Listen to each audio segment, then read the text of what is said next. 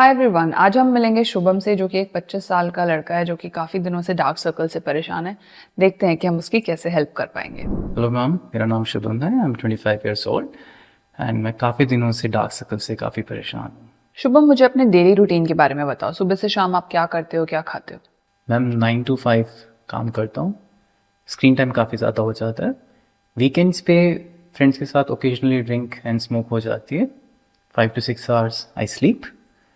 खाना घर का ही मैम रेगुलर खाना खाते हैं एंड कभी कभी ओकेजनली बाहर का हो जाता है। शुभम, दिखने में आपकी लाइफस्टाइल काफ़ी नॉर्मल लग रही है, बट इसमें काफ़ी सारे ट्रिगरिंग फैक्टर्स हैं जो आपके अंडर आई एरियाज को डार्क बना रहे हैं, जैसे कि स्मोकिंग से अंडर आई एरियाज में जो ब्लड वेसल्स होती हैं वो डायलेट होने लगती हैं और ब्लूइश डिस्कलरेशन आता है। साथ ही साथ फाइन लाइंस भी डेवलप होती हैं। अल्कोहल जिस दिन आप कंज्यूम करते होंगे डेफिनेटली फ्राइड और हाई सॉल्ट एंड टेक वाली डाइट जाती होगी, जिससे अंडर आई पफिनेस होती है।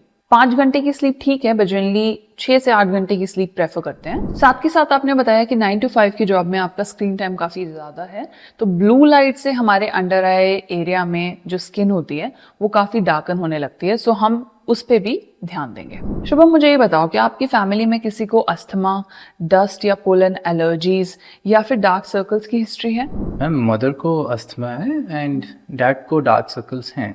अब ये हिस्ट्री हमारे लिए इम्पॉर्टेंट है क्योंकि अगर आपके फैमिली में किसी को अस्थमा, डस्ट एलर्जीज की हिस्ट्री रही है, चांसेस है कि आपको भी हल्की हल्की डस्ट एलर्जी, प्रोडक्ट एलर्जी हो सकती है। काफ़ी बार आपकी आंखों से ज़्यादा पानी बहता है या फिर आप बहुत ज़्यादा छींकते हैं।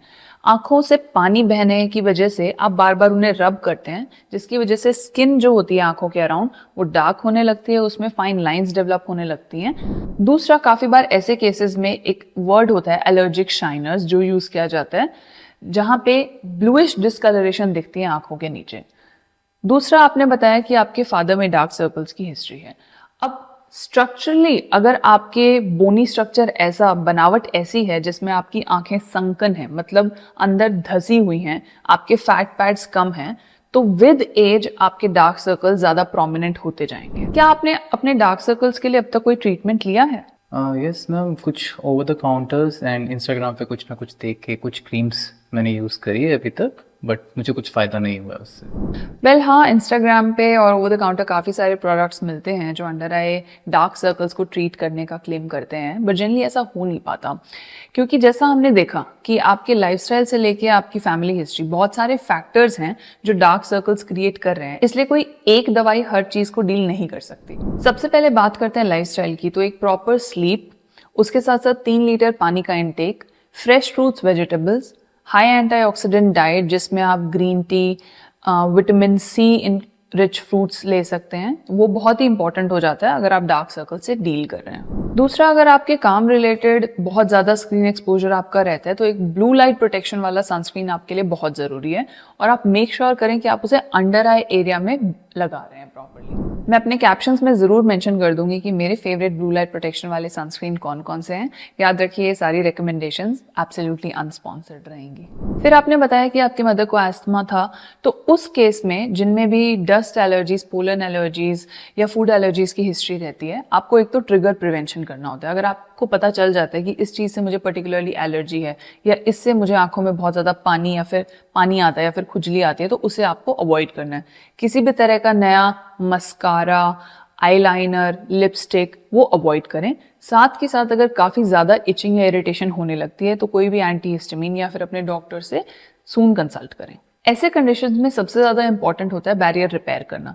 सो एक अच्छा मॉइस्चराइजर, सेरेमाइड बेस्ड और साथ में ही हाइलुरोनिक एसिड काफ़ी यूजफुल प्रूव होते हैं, क्योंकि जितनी बार आपकी आंखों को एक तरह से चोट लगती रहती है पानी आने से या फिर खुजली करने से, उसे रिकवर करना बहुत इंपॉर्टेंट हो जाता है। एक बार जब आपका बैरियर रिपेयर हो जाता है, उसके बाद विटामिन सी, नाइसिनामाइड और कोजिक एसिड जैसे सॉफ्ट डीपिगमेंटिंग मॉलिक्यूल्स यूज किए जा सकते हैं आपकी जो ऑलरेडी एग्जिस्टिंग पिगमेंटेशन है उसे हटाने के लिए।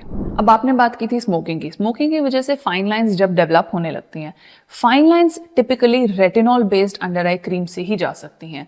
उसके साथ साथ हमने कहा था कि ब्लूइश ब्लड वेसल्स की भी अपीयरेंस आने लगती है, तो अगर वैसा है तो हम प्रेफर करेंगे रेटिनॉल विद कैफीन बेस्ड अगर आई क्रीम्स हो, वो हेल्पफुल होंगी।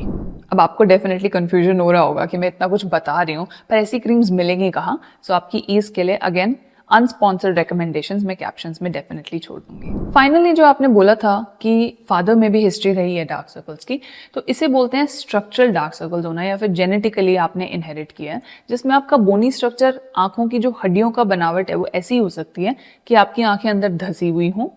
ऊपरी शैडो जब भी पड़ेगी, ऊपर से जब भी लाइट आएगी, तो आपकी आंखों के नीचे काले गड्ढे दिखेंगे। उसके साथ साथ काफी बार जेनेटिकली फैट पैड्स जो होते हैं, आंखों के अराउंड फैट पैड्स होते हैं, वो भी हमारे कम होते हैं, एज के साथ हम लूज करते जाते हैं। उस केस में भी जो वॉल्यूम लॉस की वजह से गड्ढा जो पड़ जाता है वो सिर्फ एक ही तरीके से जा सकता है, फिलर्स से।